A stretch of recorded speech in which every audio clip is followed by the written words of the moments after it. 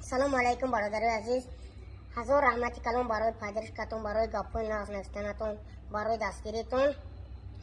ما یک چیز میگم. 3 سال پیش اکای بیروز کی میشناخت؟ 3 سال پیش اکای بیروز چیکار میکردن؟ برای چی من ای خودی یک قشلاق رفته آوردن؟ برای کی؟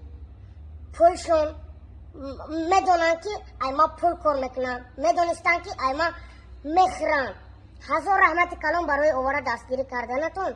نه که شما وقتی که من آواره بدین انا هنقه بدین.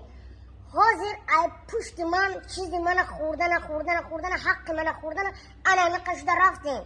ما چی؟ ما موندم ماشیناتون علی شد، ای پشت من رستوران شده. دیگه کارو کنیم. پدر و مادر ما در دور یک قشلاق زندگی کرده. ما حالیم کارم همه استادگیه. نه که شما کلان